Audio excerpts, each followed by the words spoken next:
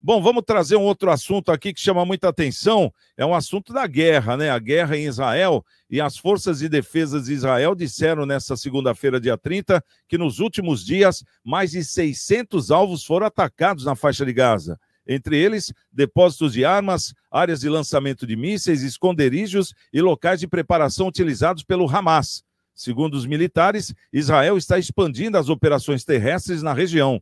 Durante os confrontos com terroristas na faixa de Gaza, as tropas das Forças de Defesa de Israel mataram dezenas de terroristas que se barricaram em edifícios e túneis e tentaram atacar as tropas israelenses, afirmaram os militares. Uma das áreas atingidas é a região da Universidade Al-Azhar, na cidade de Gaza.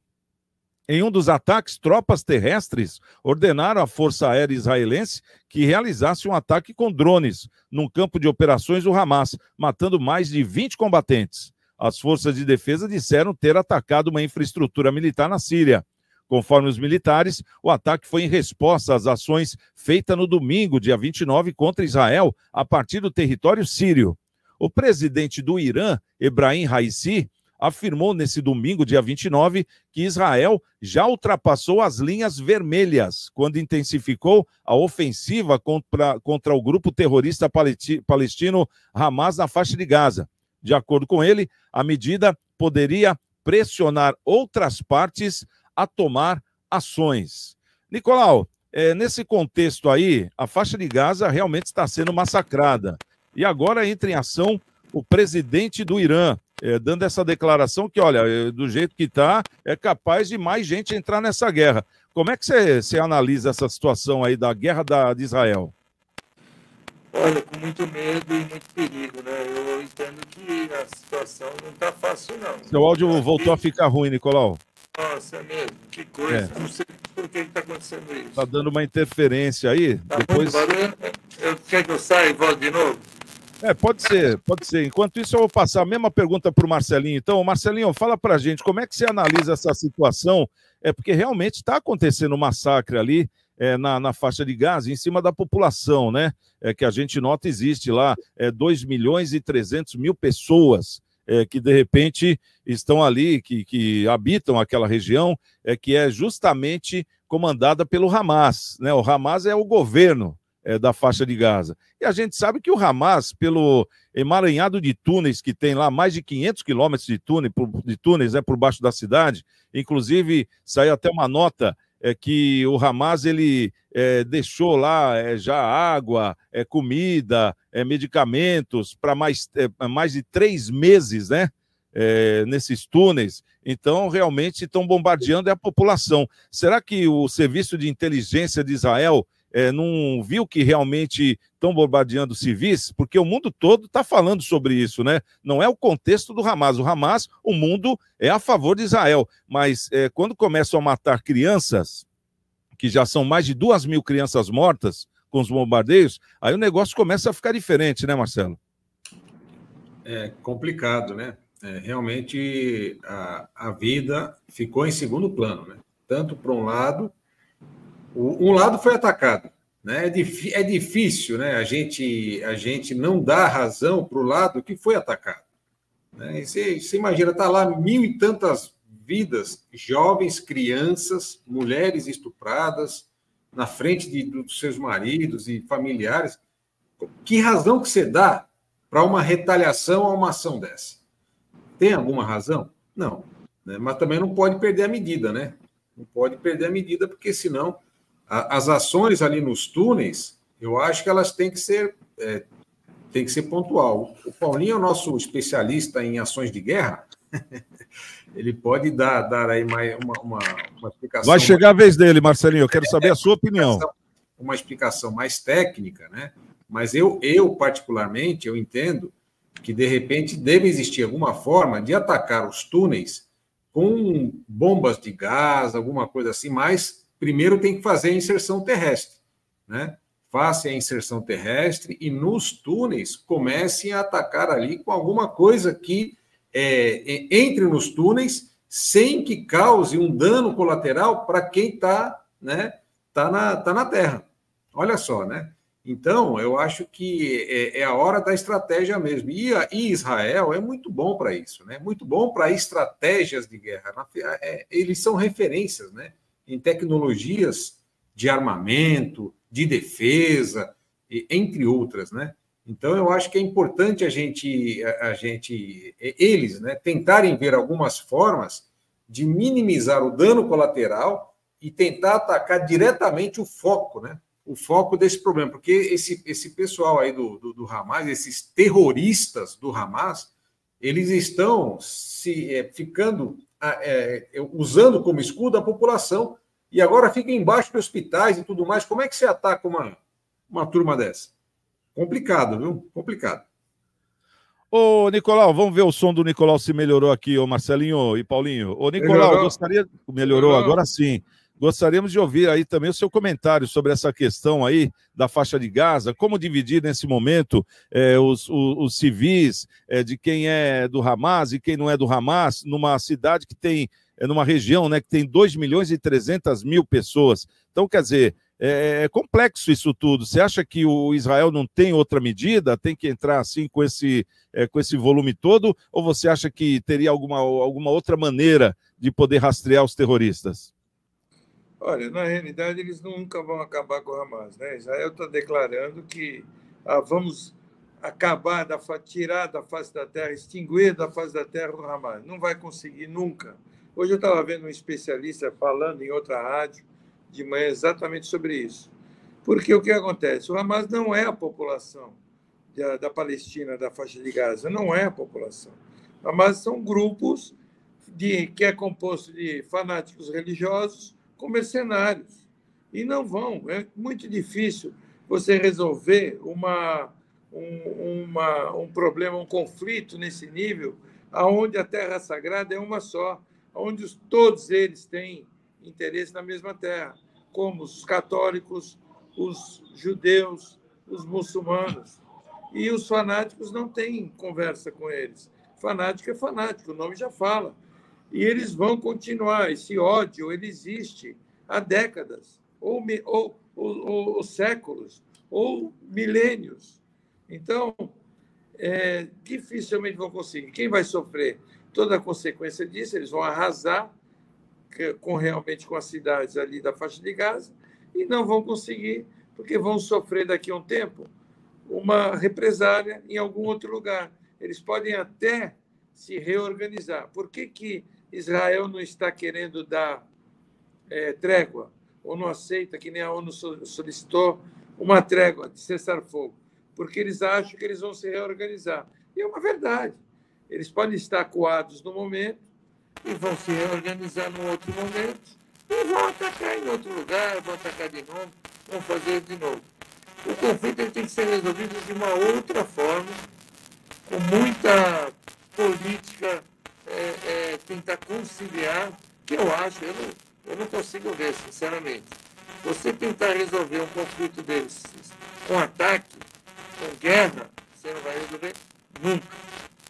E o grande perigo está aí, né? É o mundo árabe, né, que já não gosta do mundo judeu, dos israelitas, começar a entrar nisso aí. É o Irã, né, que ali só tem bonzinhos, Síria. O seu áudio realmente tá ruim de novo, Nicolau. Eu não sei o que está acontecendo.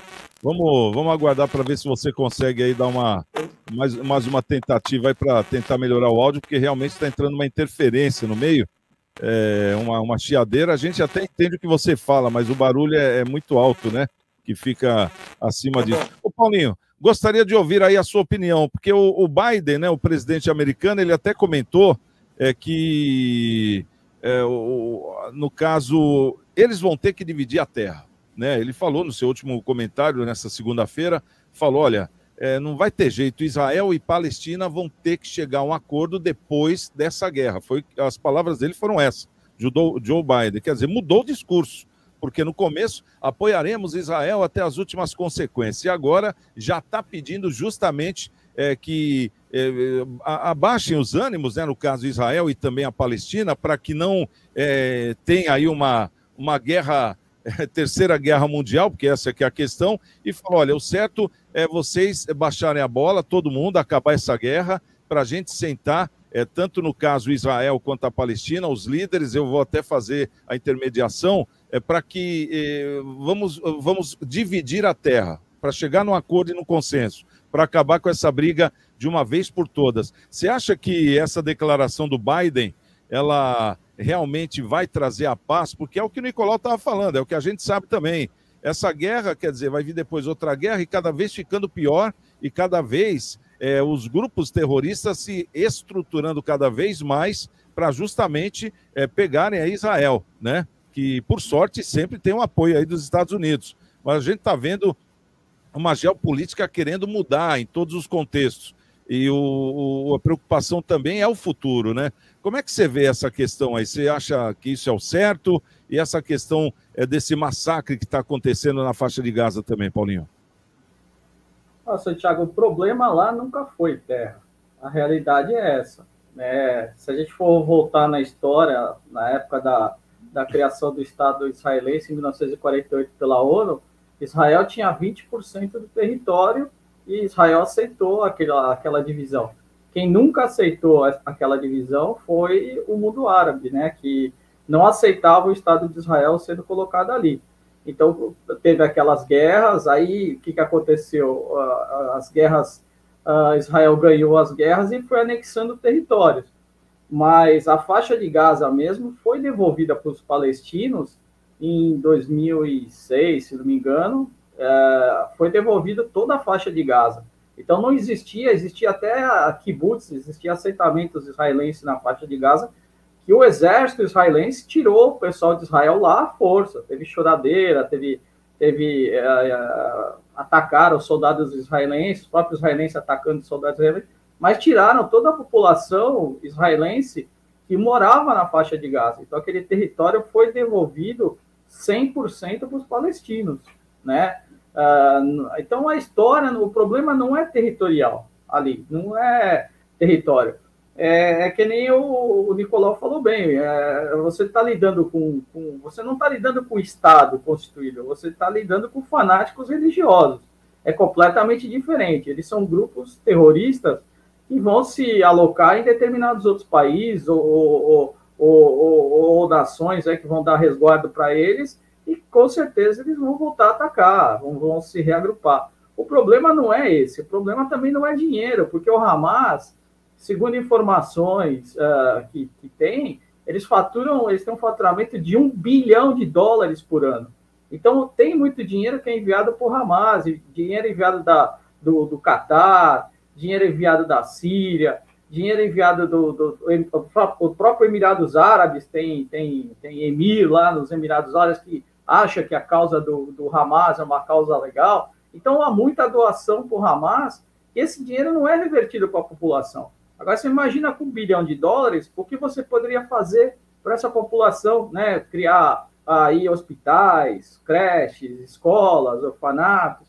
Então, quer dizer, há interesse do próprio Hamas que continue aquela favela a céu aberto que é Gaza.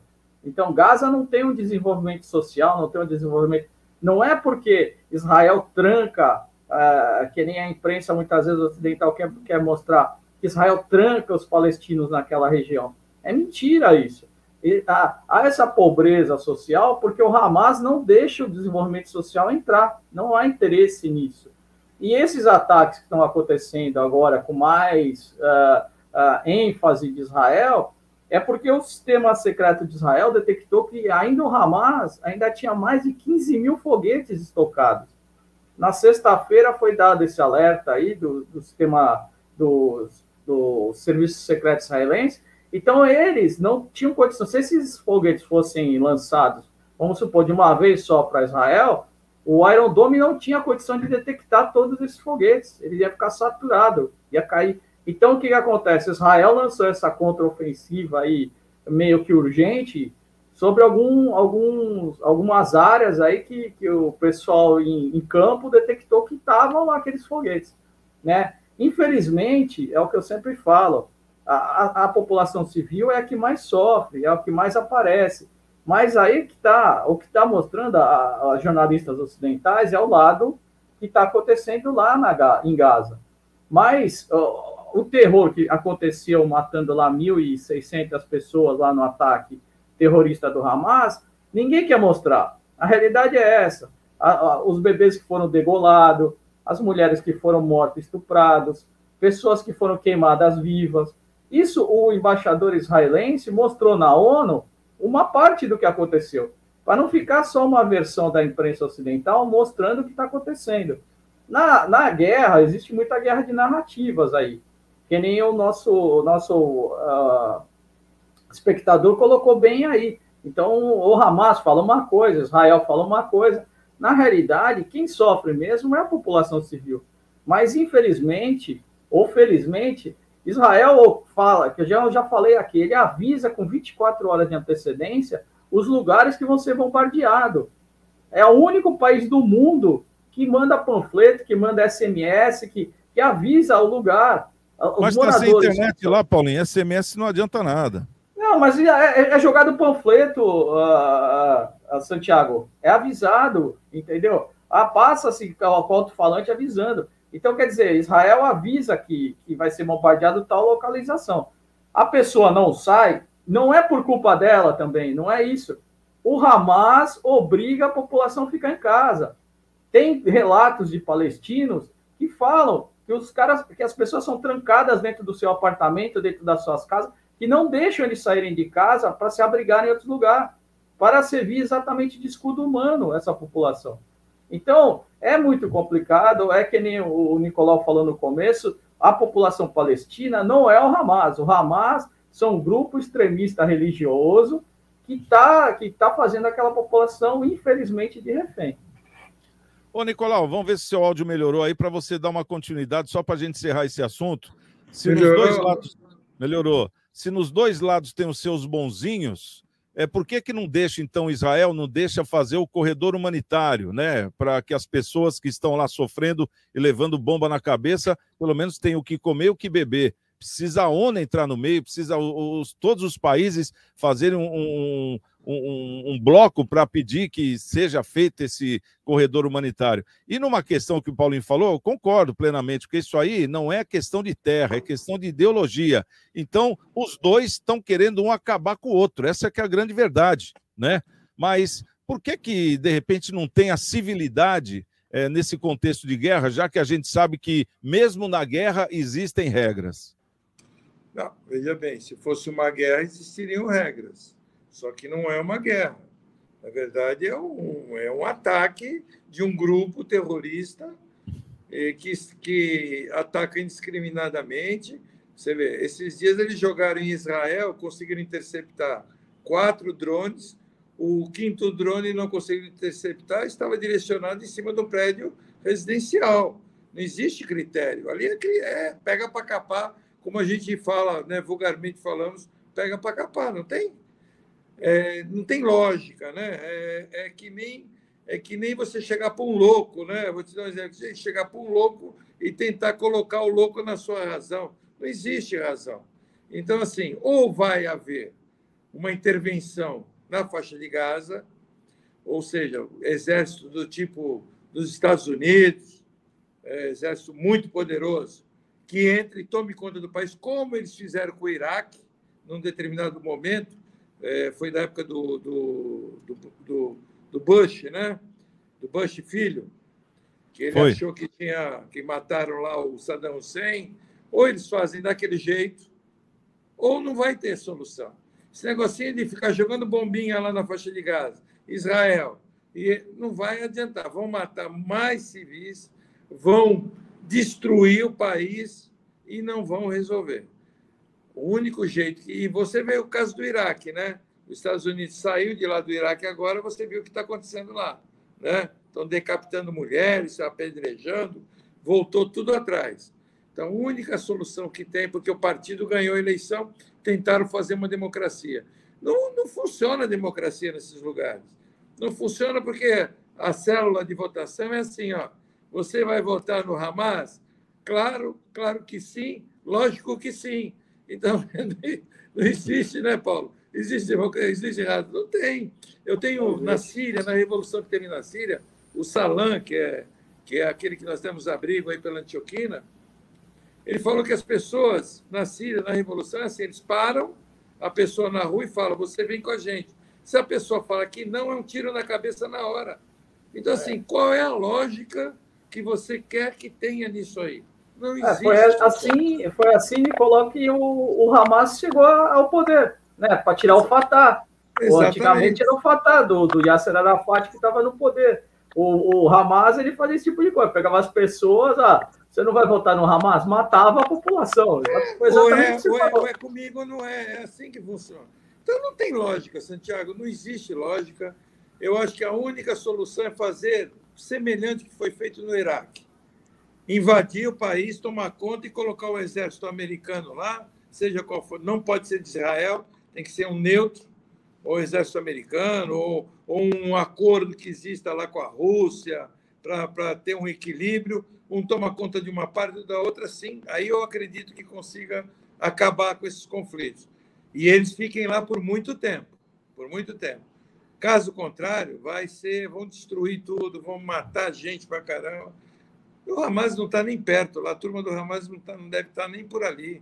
Já devem ter saído fora todo mundo querendo se reorganizar. E lá são regiões muito difíceis, são regiões montanhosas, tem muitas cavernas. É muito difícil. Não lembra quando eles quiseram pegar o Bin Laden, que era 500 mil cavernas que eles ficavam. Então, eu duvido que consiga. E a crença é uma das coisas mais difíceis que existe no ser humano. Quando você crê em alguma coisa, não tem solução. Você lembra da Segunda Guerra? Os kamikazes, que não era religião, era fanatismo pela pátria. Você vê esses terroristas religiosos que se explodem no meio de... Eu tenho um amigo meu que ele é árabe, ele falou, o sujeito ele se explode no meio de uma população, matando um monte de gente, com garfo e faca na mão, dizendo que vai jantar com Alá e com 100 virgens, 10 virgens. A gente dá risada, mas é uma coisa que eles fazem acreditando naquilo que está fazendo. Faz com gosto, né? Como é que você combate uma crença dessa? Não tem como, Santiago. É ideologia. Da forma errada, mais errada possível. Eu não sou dono da verdade, mas eu tenho conhecimento da história e eu vejo que está errado. Ali tem muita politicagem envolvida. Então, assim, ninguém quer pôr a mão, está todo cheio de dedos, porque sabem que vai ter interferência de outros países, né? E nós temos ali fazendo sombra lá, tem a Rússia, tem a China, que faz uma sombra de leve, são países comunistas. Nós temos ali do outro lado os países árabes, que não vão admitir que detone todo mundo lá, então tem muitos problemas ali. Tá certo. É muito difícil uma solução amigável, só se pegar o Lula com aquela conversa que ele veio e chamar o cara, vem aqui, meu amigo, tomar uma pinga comigo e tentar resolver. Mesmo assim vai ser complicado porque eles não bebem.